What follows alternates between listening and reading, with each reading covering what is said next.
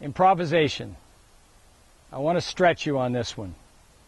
They say the beginner's mind is curious and open, and we'd like to go into a place that's a bit open. When I watch people at the club practice, they typically practice one thing from one spot on the court. The ball machine is standard, and their positioning is standard. But when you play tennis, it is totally random. The ball is fast, the ball is slow, the ball is high, the ball is low.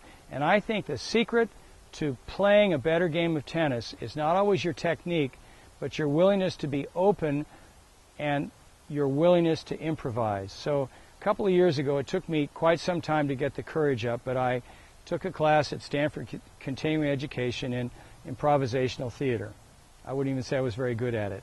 But what I got from it was this idea that in any improv situation, the first answer you have to do is yes.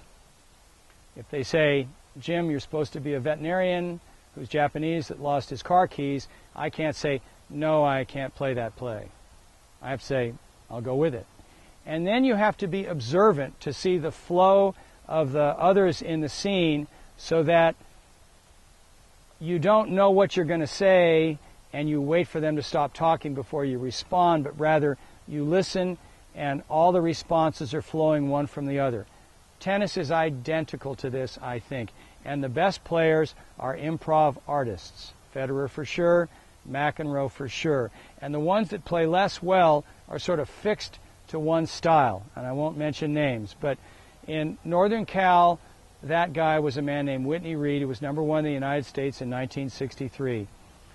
And I had a chance to play him many times in the 70s and never beat him. Very few people did.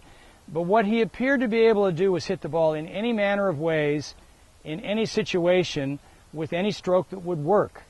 It looked very much unformed.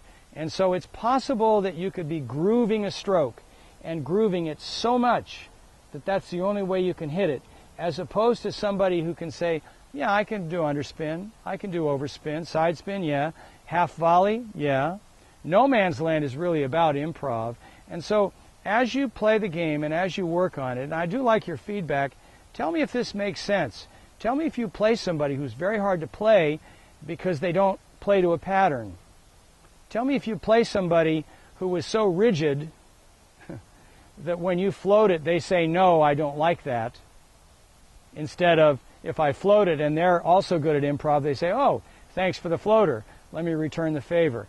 Improv is about flexibility, about being open, about knowing how wide the stage could be, how wide the world could be, or how wide your tennis game could be.